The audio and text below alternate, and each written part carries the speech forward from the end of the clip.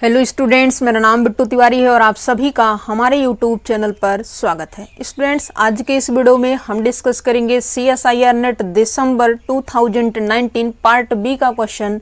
और ये क्वेश्चन जो आपका एक तो अलग से हुआ था और एक जो है आसाम और मेघालय के लिए यहाँ पे जो है अलग से पेपर डिसाइड किया गया था। ठीक है, एक ही दिन नहीं बल्कि जो है दो अलग अलग डेज पे इनका पेपर हुआ था, इसलिए जो है दो पेपर हो गया था। जो आसाम रीजन के अंदर पूछा गया है उसके बारे में आज के इस वीडियो में चर्चा करेंगे। तो यहाँ पे जो है चलिए स्टार्ट करते हैं आज का सेशन। और सेशन को स्टार्ट करने से पहले कुछ इम्पोर्टेंट चीज़ें हैं जिसके बारे में हम आज की इस वीडियो में डिस्कस करेंगे।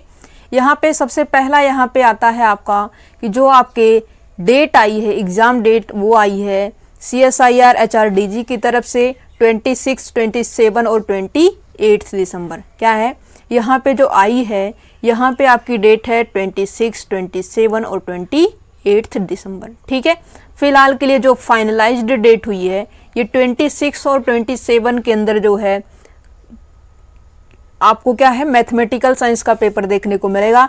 और यहाँ पे जो है एक मोस्ट इम्पॉर्टेंट थिंग ये है कि जो आपकी एप्लीकेशन फॉर्म की लास्ट डेट थी वो आपकी इंक्रीज हो चुकी है। 4 दिसंबर जो है CSIR NET application form fill करने की लास्ट डेट है। ठीक है, तो यहाँ पे जो है 4 दिसंबर तक, पहले यहाँ पे आपको 30 तक था, फिर ये चीज़ें एक्सटेंड हुई है। 4 दिसंबर तक आप अपना CSIR नेट का एप्लीकेशन फॉर्म फिलअप कर सकते हैं। ठीक है, तो यहाँ पे इसके बाद आपकी फिर आएगी करेक्शन विंडो वगैरह, सब कुछ आप जानते हैं। ठीक है, 4 दिसंबर तक आपकी डेट एक्सटेंड हुई है। ये इन्फॉर्मेशन थी जो हमें आपको देनी थी। चलिए आज का सेशन स्टार्ट करते हैं। क्वेश्चन नंबर फर्स्ट देखिए। क्वेश्चन नंबर फर्स्ट यहाँ पे क्या कहता है, कहता है consider a quadratic form QXYZ of R3। यहाँ पे कहता है लेट EQ, यहाँ पे एक सेट दिया गया है जहाँ पे XYZ है वो कलेक्शन है, और जहाँ पे जो है QXZY क्या है 1 के इक्वल है।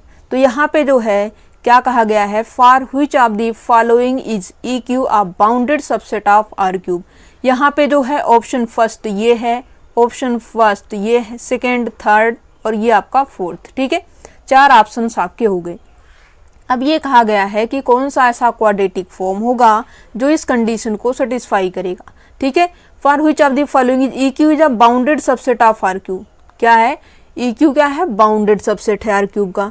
ठीक है, तो इसका मतलब यहाँ पे जो क्वाड्रेटिक फॉर्म आइडेंटिटी मैट्रिक्स बनाएगा वही इसके अंदर जाएगा। ठीक है, ये बातें तो कन्फर्म हो गई इस सेट के अकॉर्डिंग। अब यहाँ पे जो है अगर हम बात करें तो यहाँ पे जो क्वाड्रेटिक फॉर्म से आपकी मैट्रिक्स बनती है वो आपकी हमेशा हमेशा हम आपको बताते भी रहते हैं कि यहाँ पे आपको सिमेट्रिक मैट्रिक्स ही देखने को मिलेगी। जब भी कोई सा भी क्वाड्रेटिक फॉर्म है उससे जो मैट्रिक्स बनेगी उसका फॉर्म जो बनता है वो सिमेट्रिक मैट्रिक्स का ही फॉर्म बनता है। दैट मीन्स यहाँ पे अगर हम फर्स्ट के लिए इसका क्वाड्रेटिक फॉर्म बनाएं तो यहाँ पे एक्स स्क्वायर होता है, यहाँ पे वाई स्क्वायर का कोफिशिएंट होता है, यहाँ पे जेड स्क्वायर का। और इसको थोड़ा अगर हम डिटेल में बात कर लें तो और भी बेनिफिट हो जाएगा आपका। ठीक है, चलिए डिटेल में ही बात कर लेते हैं।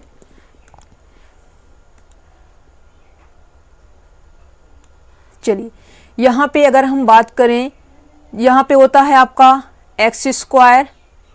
ठीक है, या फिर हम कोफिशिएंट के अकॉर्डिंग कर दें, क्या है कोफिशिएंट के अकॉर्डिंग अगर हम करें तो यहाँ पे देखिए क्या हो जाएगा, थोड़ा सा हम वेट इंक्रीज कर लेते हैं इसका।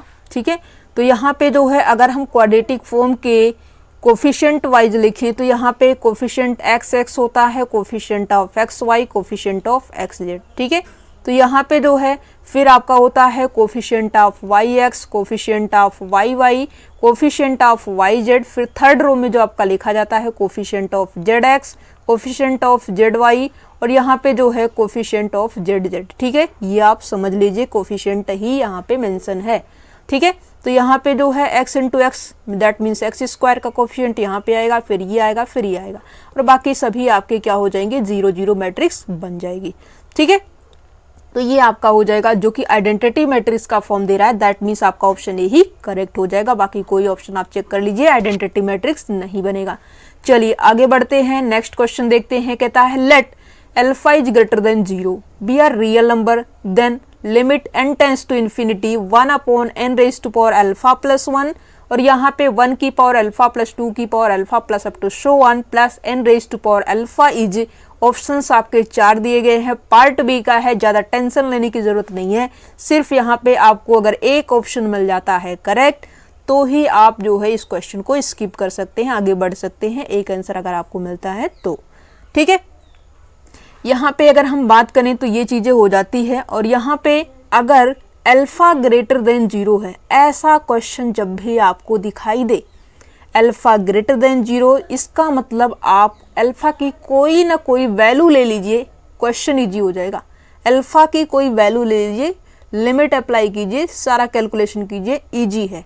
ठीक है, अगर आप अल्फा के अकॉर्डिंग सारी चीज़ें करेंगे थोड़ी सी आपकी कॉम्प्लिकेटेड हो जाएंगी। फिलहाल वहाँ पे उसको आपको हम शॉर्ट ट्रिक बता रहे हैं, शॉर्ट ट्रिक से करिए, टेंशन आपको नहीं होगी। ठीक है, फिलहाल यहाँ पे जो है एग्जाम के दौरान प्रेशर होता है, उससे बचने के लिए जितनी ज़्यादा आप प्रैक्टिस करेंगे उतना ज़्यादा आप क्वेश्चन को इजी वे में सॉल्व कर पाएंगे। ठीक है, तो ये माइंड के अंदर आपको आइडिया तभी से आएगा जब आप ज़्यादा से ज़्यादा प्रैक्टिस करेंगे। अल्फा ग्रेटर देन 0 है, इसका मतलब अगर हम अल्फा इज इक्वल्स टू 1 ले लें तो हमारा काम हो जाएगा। ठीक है, और अगर इससे जो है कुछ ऑप्शन को अगर हम डिस्कार्ड कर पाएंगे तो बेटर होगा, फिर अल्फा इज इक्वल्स टू 2 ले लेंगे। ठीक है, तो यहाँ पे अगर हम इसको बात करें, अगर अल्फा की वैल्यू अगर हम 1 लेते हैं तो ये किसके अंदर रिड्यूस हो जाएगा, limit n tends to infinity 1 upon n raise to power alpha की वैल्यू अगर 1 है, 1 प्लस 1 2 हो जाएगा, और ये आपको हो जाएगा 1 plus 2 plus 3 plus up to so 1 n, और ये क्या हो गया, n टर्म का सम। क्या है, n टर्म का सम है। और यहाँ पे n टर्म का सम क्या होता है, n इंटू एन प्लस 1/2। ठीक है, तो यहाँ पे आपको हो जाएगा limit n tends to infinity, ये हो जाएगा n into N plus 1 divided by 2 into N square. और यहाँ पे आपको लिमिट निकालनी है, ज़्यादा यहाँ पे टंटा घंटा करने की ज़रूरत नहीं है। एन स्क्वायर कॉमन ले लीजिए, 1 प्लस 1/n हो जाएगा, और नीचे आपका 2n स्क्वायर हो जाएगा, एन स्क्वायर से एन स्क्वायर कैंसिल हो जाएगा, n टेंस टू इन्फिनिटी पे इसकी वैल्यू 0 हो जाएगी, और इसकी लिमिट आ गई 1/2। क्या है, इसकी जो लिमिट आई है वो आ गई है 1/2। अगर यहाँ पे कहता है कि अगर अल्फा ग्रेटर देन 0 एक रियल नंबर है देन इसकी लिमिट क्या आएगी, इनफाइनाइट। अगर कोई चीज़ ट्रू है वो सबके लिए ट्रू होनी चाहिए। ठीक है, तो यहाँ पे अगर हम अल्फा को 1 लेते हैं तो इसकी जो लिमिट है वो इनफाइनाइट पे नहीं जा रही है, that means option first discard हो गया। ऑप्शन सेकेंड इक्वल्स टू 0, क्या ये वैल्यू 0 के इक्वल आ रही है, नहीं, ये भी हमारा गलत हो जाएगा। तीसरा देखते हैं इक्वल्स टू 1, क्या ये वैल्यू 1/2 के इक्वल आ रही है, जी नहीं, ये 1/2 1 के इक्वल कभी भी नहीं हो सकता। ठीक है, फोर्थ ऑप्शन कहता है positive and strictly less than 1, yes it is correct. ये जो वैल्यू आ रही है 1/2 ये पॉजिटिव है, और ये 1 से छोटी है वो भी स्ट्रिक्टली। ठीक है, तो यहाँ से आपका फोर्थ ट्रू हो जाएगा। चलिए आगे बढ़ते हैं, नेक्स्ट क्वेश्चन देखिए।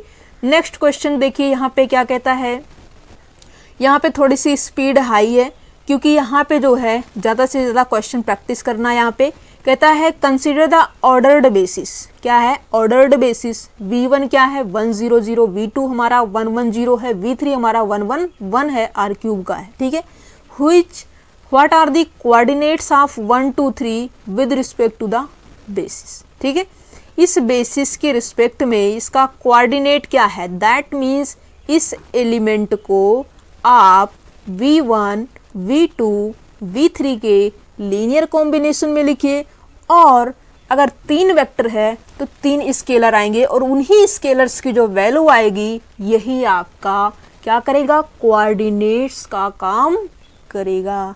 ठीक है, तो यहाँ पे जो है आपको मिल जाएगा 1 2 3 को हम क्या करेंगे, v1 v2 v3 के लीनियर कॉम्बिनेशन में लिखेंगे। ठीक है, तो यहाँ पे लीनियर कॉम्बिनेशन में लिखने का तरीका क्या होता है, 100 प्लस b, और ये हो जाएगा 110 प्लस का यहाँ पे c, ये हो जाएगा 111। ठीक है, चलिए यहाँ पे आपको हो जाएगा इसकी वैल्यू कोऑर्डिनेट टप्पल, यहाँ पे पहला पहला सबका ऐड करेंगे, फिर दूसरा दूसरा सबका ऐड करेंगे, फिर तीसरा तीसरा, इस तरीके से एडिशन होता है टप्पल का। ठीक है, तो यहाँ पे आपको हो जाएगा a plus b plus c, फिर कामा, सेकेंड में a इंटू 0 0 हो जाएगा, b इंटू 1 यहाँ पे मिलेगा b, और यहाँ पे लास्ट से मिलेगा c, और यहाँ पे आपको 0 मिल जाएगा, यहाँ पे b 0 है, यहाँ पे आपको मिल जाएगा सिर्फ और सिर्फ c। ठीक है, अब यहाँ पे 1 2 3, अब यहाँ पे टपल का कंपैरिजन कैसे किया जाता है, ये वाला इसके बराबर होगा, सेकंड वाला सेकंड वाले के बराबर होगा, थर्ड वाला थर्ड वाले के बराबर हो जाएगा। ठीक है, तो ये आपको मिल जाएगा। ठीक है, तो यहाँ पे आपको क्या करना पड़ेगा, चलिए यहाँ पे आपको मिल जाएगा a plus B plus C is equals to 1।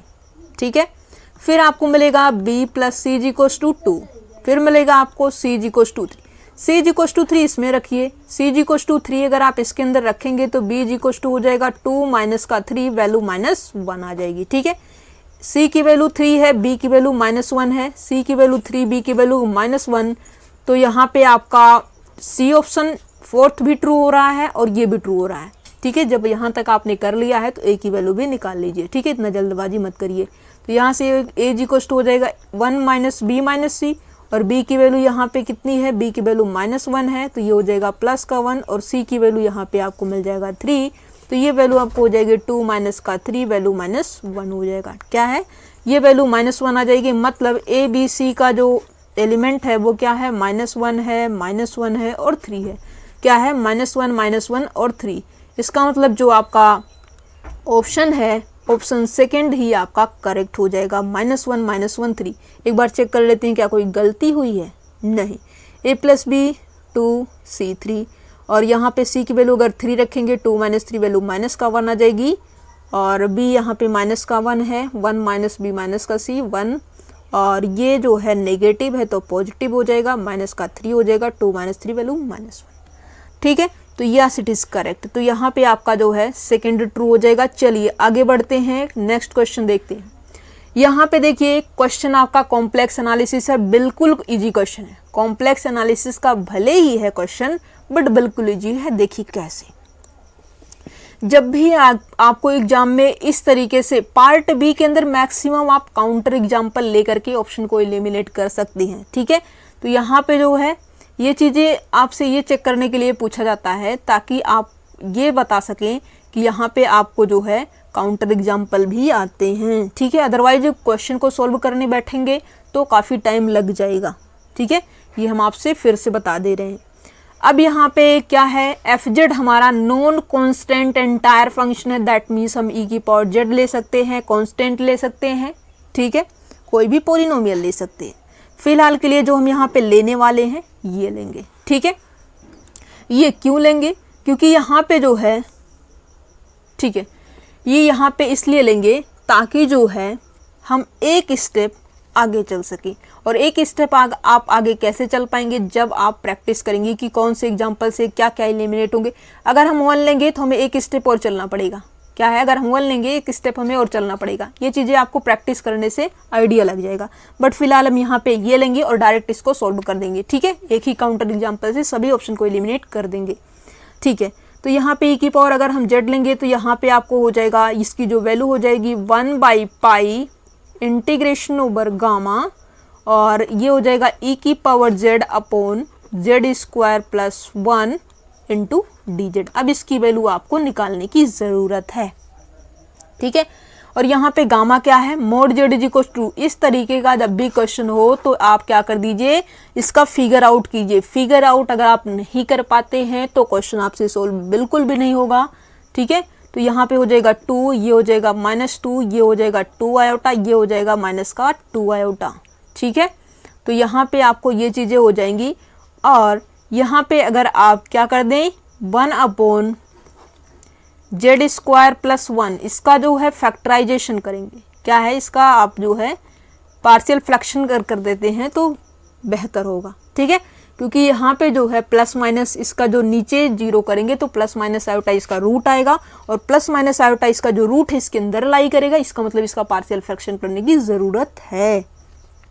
ठीक है, तो यहाँ पे इसका अगर हम पार्शियल फ्रैक्शन करें तो इसका जो पार्शियल फ्रैक्शन आएगा ये आपको मिल जाएगा 1/z प्लस आयोटा, और ये हो जाएगा z माइनस आयोटा, और ये हो जाएगा dz। इसको अगर हम अलग अलग लिखें तो ये हो जाएगा z plus iota into D Z, और ये हो जाएगा 1/z minus iota into D Z. और फिर यहाँ पे जो है अगर z is equal to minus iota put करना है तो ये हो जाएगा माइनस आयोटा प्लस आयोटा 0, जो 0 हो रहा है उसको छोड़ेंगे, और यहाँ पे -1/2 आयोटा, क्या है -1/2 आयोटा। और यहाँ पे जो है z इज इक्वल टू अगर आयोटा पुट करते हैं तो ये 0 होता है, इसको टेक करने की कोई ज़रूरत नहीं है। z is equal to iota plus iota 1/2 iota. ठीक है, इसकी जो वैल्यू है इसके अंदर चेंज हो गई। अगर चेंज हो गई है तो आगे बढ़ने की ज़रूरत है। चलिए आगे बढ़ते हैं। ठीक है, तो यहाँ पे आपको जो है मिल जाएगा 1/पाई बाहर कर दीजिए और यहाँ से आप चालू कर दीजिए। ये हो जाएगा -1/2i इंटीग्रेशन e की power z upon z plus iota into D Z plus 1/2 iota integration e की power z upon z minus iota into D Z. ठीक है, ये करने की ज़रूरत है।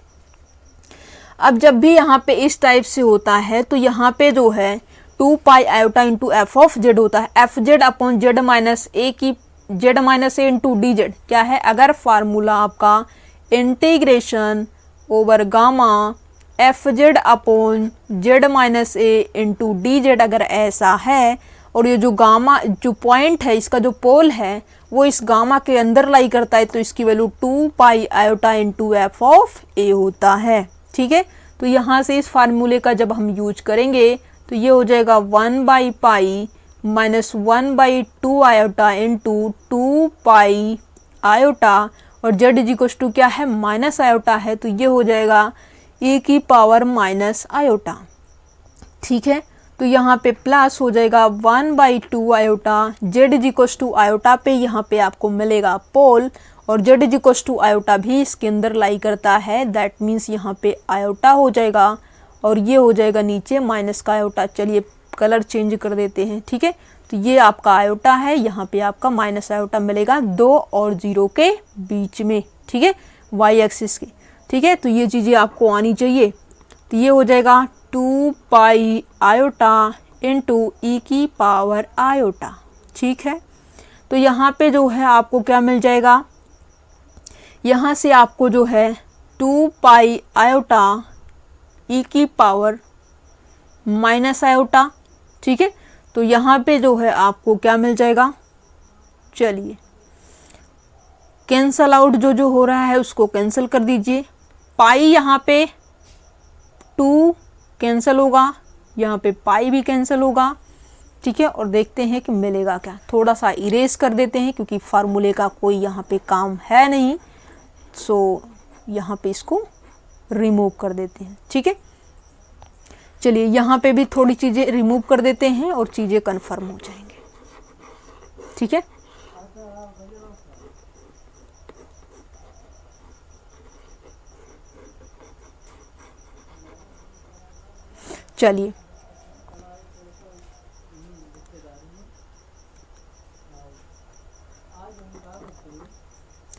चलिए यहाँ पे आपका हो जाएगा 2 आयोटा से तो कंफर्म है, 2 आयोटा को हटाइए तो ये आपको मिल जाएगा 1/पाई, ये हो जाएगा माइनस पाई ई की पावर माइनस आयोटा प्लस क्या है ई की पावर माइनस आयोटा प्लस, यहाँ पे आप क्या करेंगे 2 आयोटा से 2 आयोटा कैंसल आउट हो जाएगा, यहाँ पे आपको मिलेगा पाई ई की पावर आयोटा। ठीक है, और यहाँ पे पाई को भी रिमूव कर दीजिए तो फाइनल आपको क्या मिल रहा है, इसकी वैल्यू ई की पावर आयोटा माइनस ई की पावर माइनस आयोटा। ठीक है, और ये वैल्यू आपको इसकी क्या मिल रही है, ये आपको मिल रही है ई की पावर आयोटा माइनस ई की पावर माइनस आयोटा। अब देखिए, और एफ जेड को आपने क्या लिया है, एफ जेड आपका e raise to power Z है, एफ जेड की जो वैल्यू है ये आपकी e raise to power Z है। अगर यहाँ पे हम ऑप्शन फर्स्ट में देखें तो ऑप्शन फर्स्ट में क्या ये आएगा, ऑप्शन फर्स्ट में यहाँ पे आपको मिलेगा ई की पावर 1 प्लस ई की पावर माइनस 1, क्या इसके बराबर आ रही है, क्या ये जो फर्स्ट ऑप्शन है इसकी जो वैल्यू आपने इवेलुएट की इसके बराबर है, जी नहीं, तो यहाँ पे फर्स्ट डिस्कार्ड। सिमिलरली सेकेंड भी आपका डिस्कार्ड हो जाएगा, ठीक है, क्योंकि आयोटा का टर्म यहाँ पे आएगा। ऑप्शन थर्ड की अगर हम बात करें तो यहाँ पे जो है बीच में साइन कैसा है, प्लस का है, तो ये भी नहीं होगा, क्योंकि यहाँ पे एफ ऑफ आयोटा रखेंगे तो ई की पावर आयोटा प्लस ई की पावर माइनस का आयोटा, बीच में यहाँ पे प्लस आ गया। और छोटी छोटी चीज़ें होती हैं लेकिन अपने आप में बहुत बड़ा रोल प्ले करती है, तो साइन सिर्फ पॉजिटिव का है लेकिन आपका आंसर गलत हो जाएगा अगर आप ध्यान नहीं देंगे। सो आपका थर्ड भी एलिमिनेट हो गया। फाइनली आपका जो ऑप्शन नंबर फोर्थ है ये आपका करेक्ट है, ठीक है। चलिए आगे बढ़ते हैं, नेक्स्ट क्वेश्चन देखते हैं। ये क्वेश्चन आपका जो है इंटीग्रल इक्वेशन है, क्या है ये आपका वोल्टेरा इंटीग्रल इक्वेशन का क्वेश्चन है। और यहाँ पे जो है आप लैप्लास से इस क्वेश्चन को इजी वे में सोल्व कर सकते हैं। तो यहाँ से आपका क्या हो जाएगा, इसको लैप्लास से अगर हम करें तो बेहतर तरीके से इसको कर सकते हैं, ठीक है। तो यहाँ पे जो है लैप्लास यूज कर देते हैं। लैप्लास से जो पार्शियल डिफरेंशियल इक्वेशन के हीट वेव ये सब क्वेश्चंस होते हैं काफ़ी इजी वे में सोल्व हो जाते हैं। चलिए यहाँ पे आज का ये क्वेश्चन डिस्कस करते हैं, ठीक है। तो यहाँ पे आपका हो जाएगा लैप्लास ले लेंगे किसका, x square into L of हम फाई के टर्म में लिखते हैं, ठीक है, क्योंकि यहाँ पर टी वगैरह लिखेंगे तो ये टंटा घंटा करेगा, तो ये टंटा घंटा से बचने के लिए तो यहाँ पे एक्स की पावर 4 का Laplace plus Laplace X raise to power 5, ठीक है। अब यहाँ पे लैप्लास जो होता है एक्स की पावर एन का, ये होता है एन फैक्टोरियल अपॉन एस की पावर एन प्लस 1 होता है, ठीक है। जब यहाँ पे कर्नल आपका डिफरेंस कर्नल होगा, वोल्टेरा इंटीग्रल इक्वेशन होगी, तभी आप क्या कर सकते हैं, लैप्लास ऑपरेटर से इस क्वेश्चन को सॉल्व कर सकते हैं, ठीक है। तो यहाँ पे फिलहाल ये सारे गुण इसके मिल रहे हैं, तो यहाँ पे हम ऐसे ही सॉल्व करेंगे। तो ये हो जाएगा 2 factorial upon S raise to power 2 + 1 3 into L phi X is equals to, ये हो जाएगा 4 फैक्टोरियल अपॉन एस की पावर 5 प्लस यहाँ पे हो जाएगा 5 factorial upon S raise to power 6। और इसको जो है चलिए ऐसा कर देते हैं और इसको थोड़ा सा सिंप्लीफिकेशन करते हैं तो देखते हैं क्या मिलता है। तो ये हो जाएगा L phi X is equals to, ये आपको मिल जाएगा 4 फैक्टोरियल एस की पावर 3 अपॉन 2 फैक्टोरियल इंटू एस की power 5, correct, plus 5 factorial into S की पावर 3 अपॉन 2 फैक्टोरियल इंटू एस की पावर 6, ठीक है। तो ये आपको मिल जाएगा 4 इंटू 3 और ये 2 से कैंसल आउट हो जाएगा, 4 इंटू 3 अपॉन 3 माइनस 2 5 माइनस 3 2, ठीक है, प्लस 5 इंटू 4 इंटू 3 और ये 6 माइनस 3 बाई एस क्यूब, ठीक है। तो ये हो जाएगा 12 into 1 upon S square plus 20 3 60 और ये हो जाएगा 1 अपॉन एस क्यूब, ठीक है। तो यहाँ पे ये तो आपका लैप्लास है। अब क्या करेंगे, टेक करेंगे इनवर्स लैप्लास ट्रांसफॉर्म, ठीक है। टेकिंग इनवर्स लैप्लास ट्रांसफॉर्म ये 5x हो जाएगा और यहाँ पे आपको मिल जाएगा 12 अपॉन यहाँ पे एस स्क्वायर है तो यहाँ पे 1 फैक्टोरियल इंटू ये हो जाएगा x प्लस 60 अपॉन यहाँ पे जो है आपका हो जाएगा 2 फैक्टोरियल मतलब 2 हो जाएगा और ये हो जाएगा एक्स स्क्वायर, ठीक है। तो यहाँ पे इसकी जो फाइनल वैल्यू आएगी ये आपको मिल जाएगी 12x प्लस 30x स्क्वायर, क्या है इसकी जो वैल्यू आ रही है ये आपको मिल रही है 12x प्लस 30x स्क्वायर। अब यहाँ पे 1 की वैल्यू ये तो आपकी 5x है, क्या है 5 निकाल दीजिए तो ये हो जाएगा 12 प्लस 30, तो ये हो जाएगा 30 प्लस 12 42, ये आपका करेक्ट हो जाएगा, बाकी कोई ऑप्शन आपका करेक्ट नहीं होगा, ठीक है। सो लैप्लास ट्रांसफॉर्मेशन का यूज करके आप वोल्टेरा इंटीग्रल इक्वेशन हो, कर्नल आपका डिफरेंस कर्नल हो, क्वेश्चन को सॉल्व कर सकते हैं चुटकियों में, ठीक है।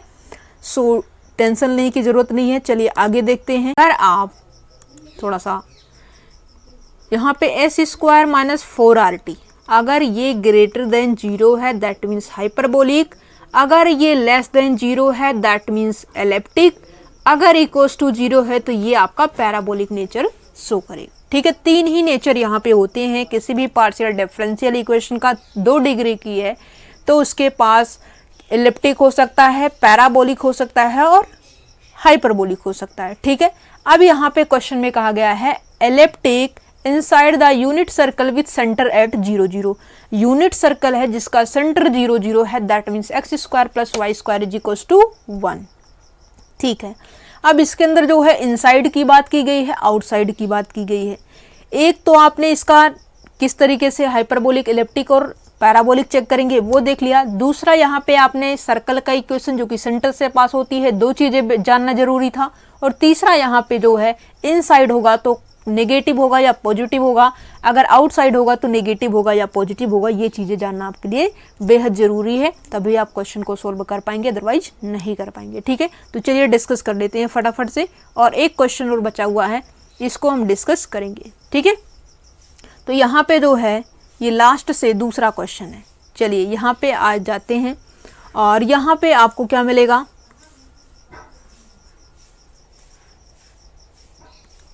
चलिए यहाँ पे आपको मिलेगा, अगर यहाँ पे X square plus Y square is equal to 1 है, अगर ये सर्कल के अंदर देखना है, दैट मीन्स यहाँ पे हो जाएगा X square plus Y square, ये अंदर देखना है तो ये लेस देन 1।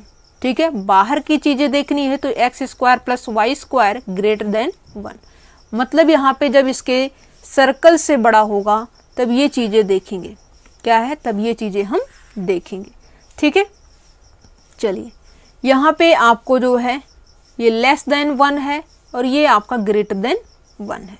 ठीक है, तो यहाँ पे लेस देन 1 और ग्रेटर देन 1। चलिए यहाँ पे आपको सीन नहीं हो रहा है, अलग से हम लिखते हैं।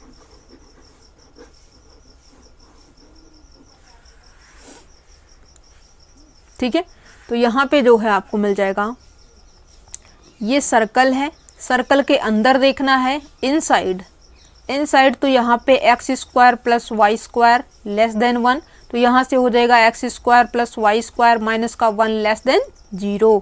ठीक है, और इसके आउटसाइड देखना है तो ये हो जाएगा X square plus Y square, यहाँ पे क्या हो जाएगा ग्रेटर देन 1, तो यहाँ से हो जाएगा X square plus Y square minus का अगर 1 कर दें तो भी कोई इफेक्ट नहीं होगा, फिर भी ये ग्रेटर देन 0 होगा, दैट मीन्स यहाँ पे पॉजिटिव आएगा, यहाँ पे नेगेटिव आएगा। ठीक है, तो यहाँ पे जो है आपको एस स्क्वायर माइनस 4RT देखनी है। एस स्क्वायर माइनस 4RT अगर हम देखें तो एस की वैल्यू 0 है, -4, आर की वैल्यू ई की पावर एक्स है और टी यहाँ पे हमारा है X square plus Y square minus 1। ठीक है, तो यहाँ पे इसको एलिप्टिक देखना है, अगर इनसाइड है तो क्या नेचर है, अगर ये इनसाइड है तो ये इनसाइड है तो नेगेटिव है, अगर नेगेटिव है तो नेगेटिव नेगेटिव ये हो जाएगा पॉजिटिव, अगर पॉजिटिव हो रहा है तो टोटल वैल्यू इसकी ग्रेटर देन 0 होगी, पॉजिटिव होगी तो ये हाइपरबोलिक नेचर शो करेगा, तो ये फर्स्ट ऑप्शन में कहता है एलिप्टिक, जी नहीं इलिप्टिक नहीं शो करेगा। ठीक है, फिर आते हैं बात करते हैं सेकेंड ऑप्शन में। सेकेंड ऑप्शन में कहता है हाइपरबोलिक, क्या है, हाइपरबोलिक होगा आउटसाइड, आउटसाइड का नेचर ये है तो ये पॉजिटिव ये नेगेटिव, नेगेटिव पॉजिटिव क्या होगा नेगेटिव हो जाएगा, और नेगेटिव होगा दैट मीन्स ये एलिप्टिक नेचर शो करेगा। तो यहाँ पे सेकेंड और थर्ड एक दूसरे के रेसिप्रोकल लिखे गए हैं, तो यहाँ पे आपको जो है एलिप्टिक मिल जाएगा outside the unit circle with centre at 0 0, तो यहाँ पे थर्ड आपका ट्रू हो जाएगा, फोर्थ आपका ट्रू नहीं होगा क्योंकि parabolic for X Y belongs to real number, क्या है एक्स वाई बिलोंग्स टू अगर रियल नंबर है तो ये पैराबोलिक नेचर शो करेगा। अगर हम एक्स इज इक्वल टू 0 0 इसका अंदर का पॉइंट ही ले लें, इसके अंदर का ही पॉइंट ले लें, 0 0 ले लें तो ये 0 0 हो जाएगा, ये नेगेटिव नेगेटिव इसको क्या कर देगा पॉजिटिव कर देगा। ठीक है, तो पैराबोलिक इसको नहीं होने देगा। ठीक है, तो यहाँ से फोर्थ भी आपका डिस्कार्ड हो गया। चलिए यहाँ पे इस क्वेश्चन को डिस्कस करते हैं। सिस्टम ऑफ इक्वेशन है, पार्शियल डिफरेंशियल इक्वेशन का है, तो इस तरीके से है, अगर इसको हम क्या कर लें एफ एक्स वाई मान लें और इसको अगर हम जी एक्स वाई मान लें, ट्रिक होती है टेक्निक होती है, ये सब चीज़ें जो है हम अपने ऑनलाइन कोर्सेज के अंदर चीज़ें प्रोवाइड करते हैं। अगर यहाँ पे जो है ये पुराने बैचेस चल रहे हैं, जो नए बैचेस होंगे वो आपके जनवरी से स्टार्ट होंगे। ठीक है, तो अगर आप ज्वाइन करना चाहेंगे तो ज्वाइन कर सकते हैं। ठीक है, तो यहाँ पे आपको जो है यहाँ पे अगर हम बात करें तो ये चीज़ें हम कैसे करेंगे, एफ एक्स एफ वाई क्या है, ये ट्रिक क्या है, एफ एक्स एफ वाई जी एक्स जी वाई, ये निकालते हैं, परफेक्ट। तो यहाँ पे फंक्शन जो f है उसको क्रिटिकल पॉइंट पे फिर इसको देख लेते हैं। इसके बाद क्रिटिकल पॉइंट जिस पॉइंट पे है, क्रिटिकल पॉइंट क्वेश्चन के अकॉर्डिंग चेंज होता रहता है, ठीक है। तो यहाँ पे आपको मिल जाएगा एफ एक्स की अगर हम देखिए इसको x के रिस्पेक्ट में डिफ्रेंशिएट करेंगे तो क्या मिलेगा। अगर इसको हम x के रिस्पेक्ट में डिफ्रेंशिएट करते हैं तो यहाँ से हमें मिल जाएगा 2x माइनस 2, ठीक है।